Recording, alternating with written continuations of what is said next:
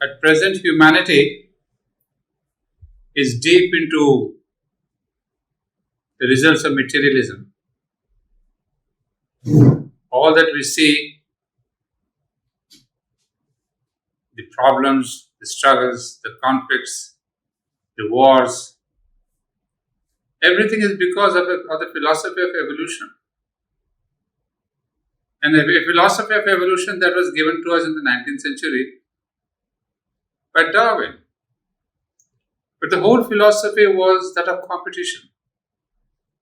This was the philosophy of evolution on the material outer level. So there came into society the question of how do we progress, how do we compete, how do we supersede the other person. And it has ultimately landed us into this mess. But here is where Aurobindo brings in a new concept. The evolution of the inner consciousness is the evolution of consciousness. So in fact, many people find Aurobindo a bit difficult to understand. But Aurobindo is quite a synonym of inner evolution. If we keep that word evolution and the concept of evolution in mind, it will become very easy, if not very easy, at least somewhat easier, I would say, to understand the philosophy and yoga of Aurobindo. Now, why did he bring in this question of evolution? Basically, because there have been many theories as to why this creation, how this creation. Some people have said it is all an illusion. Some have said it's a chance, it's a perchance, it's Big Bang theory. All kinds of theories have been coming up. But at least we have not found anything rational as such. So Aurobindo explains the becoming, the manifestation of this earth by this philosophy of involution and evolution. So before we can speak about evolution, we have to understand what is the concept of involution, which preceded evolution. So in this concept, we see that the divine, the supreme, is the one who wanted to manifest himself, become the many, the one becoming the many. We have seen this idea in our ancient scriptures also, in the Vedas and the Upanishads. But in this one becoming the many, there is a process. So it is not the question of just one automatically and surprisingly and at a big leap became this world. There has been a regular process. What Aurobindo would call as spirit becoming matter. So this spirit becoming matter is in a sense the descent of the spirit into matter, or what we can say is a question of involution of the spirit.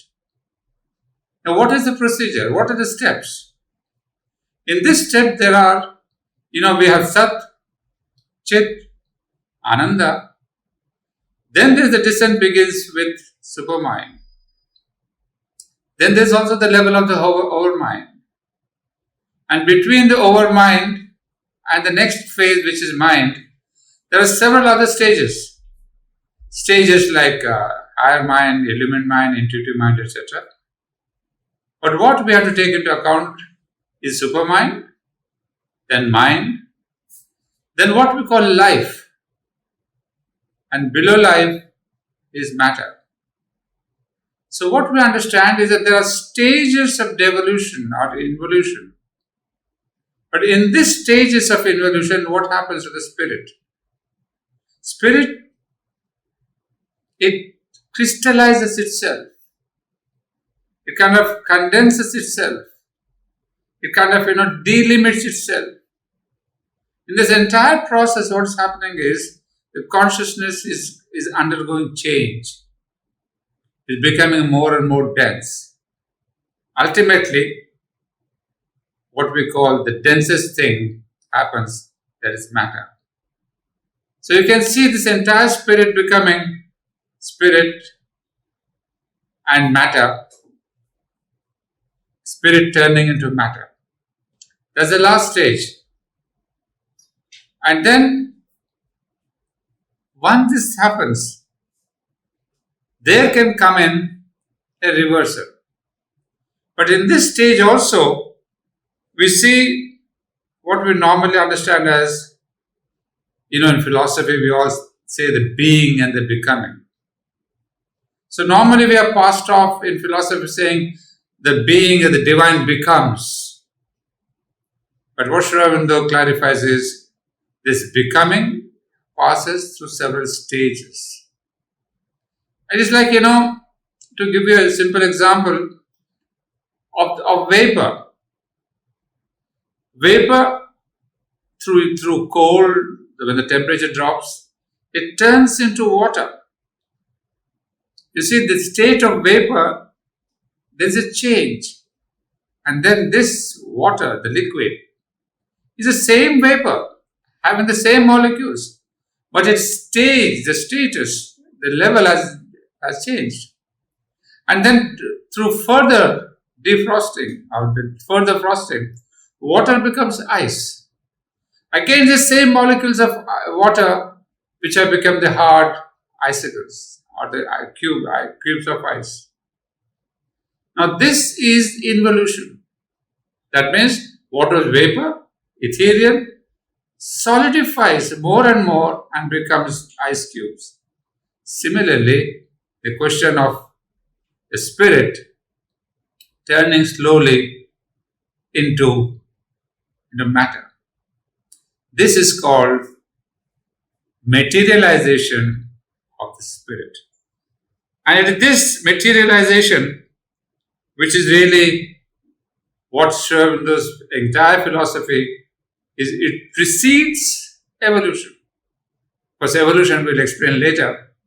But this is the descent, as we say. In this descent, we have a beautiful rational explanation of the different worlds that we have spoken of the Vedas and the Upanishads. We all speak of the different worlds beyond us, beyond the earth. So now we get a kind of a complete picture, a concise picture of what are those different subtle worlds and which end up in matter. And of course, there is an involution also further below matter, which is called the inconscient. But for our present purpose, we need not take that into account. So we see the spirit, Satchidananda, descending through layers and levels of consciousness and concretizing himself, limiting itself, and then becoming matter. So that is the process of involution. And once the spirit descends into the lowest stage, then the reversal begins. The reversal is called the process of evolution. And what is the reversal? It's exactly the way there has been this descent. So in the reversal, there's a process of ascent. So that is what we have. Basically, first we have to understand the process of involution. Then only we can understand the why and how of evolution, which we can discuss further.